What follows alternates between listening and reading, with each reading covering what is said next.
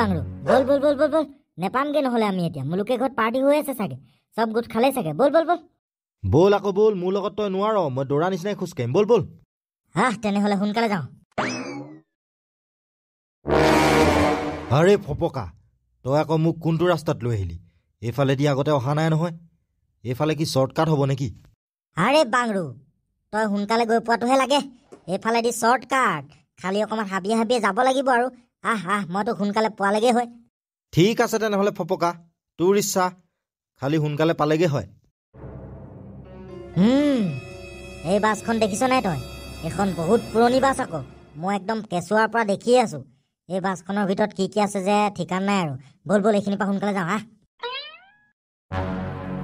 এই ল'ৰাহঁত তহঁতি বহুত ভাল ৰাস্তাইদি আহিলি এই ৰাস্তাটোৱেদি গ'লে তহঁতি সোনকালে হাবি পাবিগে আৰে বুঢ়া আমি সোনকালে হাবি পাওঁগে নে কাৰোবাৰ ঘৰ পাওঁগে সেইটো আমাৰ কথা তই ৰাস্তাত ৰখি আমাক এনেকে সুধিবলৈ দৰকাৰ নাই নহয় আঁতৰি দে আমি সোনকালে জেগালৈ যাব লাগে এই বাছখনৰ ওচৰত ৰাতি হলে এটা বেয়া বস্তু ঘূৰি ফুৰে তহঁতি সোনকালে আগুৱাই যা পিছলে কেতিয়াও ঘূৰি নাযাবি ঐ ফপকা এই বুঢ়াটোৱে ঠিকেই কৈছে হপাই ঐ সোনকালে এইডোখৰ পৰা আগলৈ যাওঁ বল হাবিয়ে পাওঁগে লাগিলে এই বাছখনৰ ওচৰত মই কিবা ঠিক দেখা নাই ঐ বুঢ়া আমি এই ৰাস্তাটোৱেদিয়ে যাম আমি ভয় নকৰোঁ যি বস্তু আছে থাকক আঁতৰ তহঁতি মোক দম দিবলৈ আহিছ ফপকা এইটো আকৌ কি হ'ল বুঢ়াটো পটককে ভূতৰ কুকুৰ হৈ গ'ল পলা পলা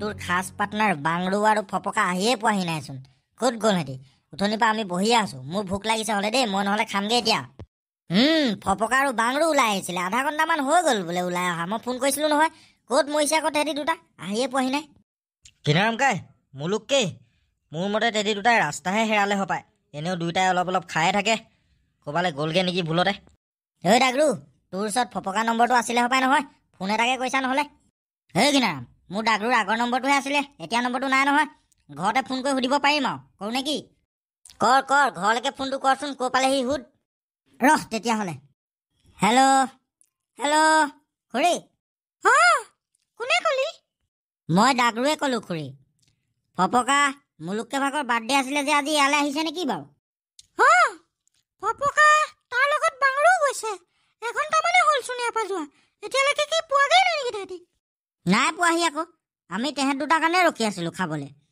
এতিয়া ৰাতি 9টাই বাজিব হ'ল ক'ত গ'ল জানো ল'ৰা দুটা পাবগৈ লাগিছিলেতো এতিয়ালৈকে ইমান দূৰ নহয় ৰহ মই বাংৰুলৈকে ফোন এটা কৰি চাওঁ বাংৰুৱে ফোন নিছে হপায় কৰি চাওকচোন তাৰপিছত মোলৈ ফোন এটা কৰিব ঘিনাৰাম এঘণ্টামানেই হ'ল বুলি কৈছে মাক বাপেকে চোনিয়ালৈ অহা এতিয়ালৈকেতো তেহেঁতি পাবহি লাগিছিলে আহি নিশ্চয় তেহেঁতৰ কিবা এটা হৈছে ঘিনাৰাম ব'ল আমি চাবগৈ লাগিব এতিয়া ব'ল ডাগৰু মুলুককে দুমকা চব ব'ল বিচাৰোঁগৈ তেহেঁতক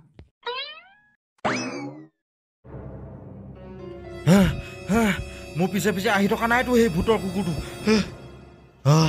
নাই অহা বাৰু মোৰ পিছত কিন্তু মই কোনখন হাবিলৈ আহিলোঁ হাবিৰ মাজে মাজে ইমান পলালো গমেই নাপাওঁ ক'ত সোমালোহি মই এতিয়া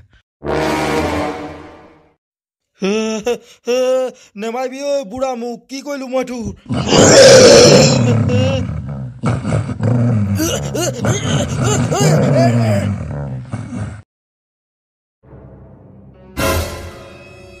হৰি বিষ্ণু এইটোচোন ফপকা ইয়াক আকৌ এই বাছখনৰ ওচৰত কোনে মাৰি পেলাই থৈছে গোটেইচোন মুখে চুখে তেজ কিনাৰাম এইটো মৰিলে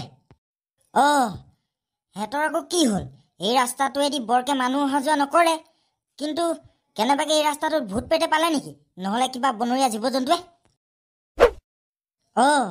সেইটোচোন বুঢ়া সেইটোৱে আকৌ ইমান ৰাতি এই বাছখনৰ পিছফালৰ পৰা ওলাইছে যে কি কৰি আছিলে ইয়াত সি ৰচোন তাকে সুধো ককা কিনাৰাম এই বুঢ়াটোচোন আমাৰ ওচৰলৈ নাহিলে আমাৰ ফালে চাই পিনি পলালেহে যে কিনাৰাম আমি এতিয়া সোনকালে শান্তি বাবাৰ ওচৰ পৰা এপাক আহোঁগৈ ব'ল তেতিয়াহে সোনকালে বাংৰুক বিচাৰি উলিয়াম তাৰো কিজান এনেকুৱা অৱস্থা হৈ আছে ক'ৰবাত ডাগৰু ঠিক কথা কৈছ তই আমি শান্তি বাবাৰ ওচৰলৈ গ'লেহে সোনকালে বাংৰুক বিচাৰি পাম ব'ল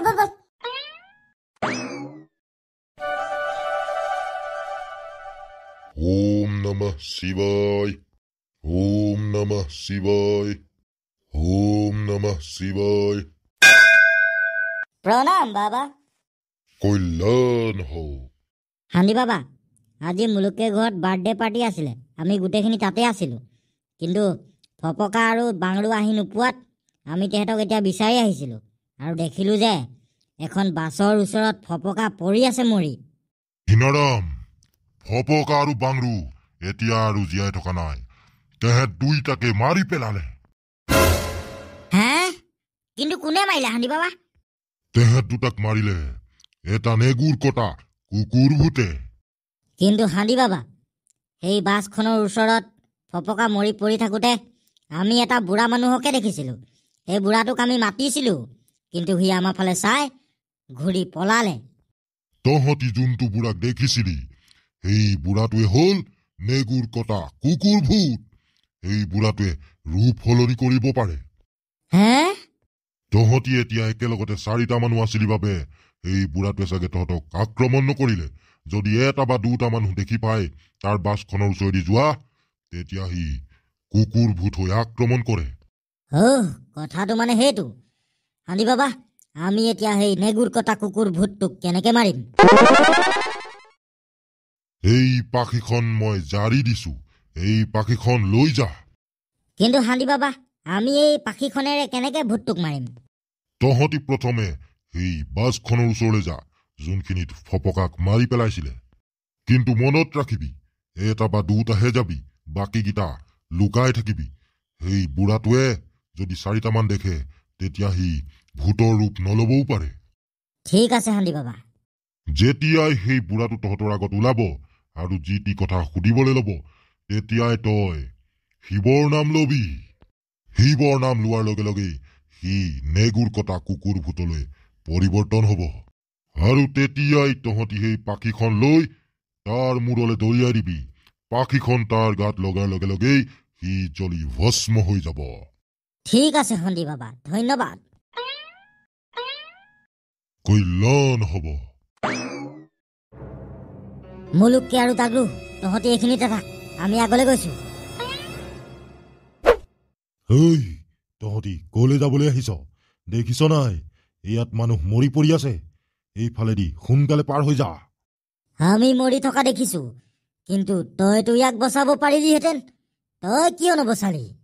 মই কি ইয়াৰ চাকৰ নেকি ইয়াক বচাবলৈ? হে, ওম নমঃ শিৱায়, ওম নমঃ শিৱায়, ওম নমঃ শিৱায়। ঘিনাৰাম, এইটো ভূতৰ কুকুৰ হৈ গ'ল। সোনকালে কিবা এটা কৰ।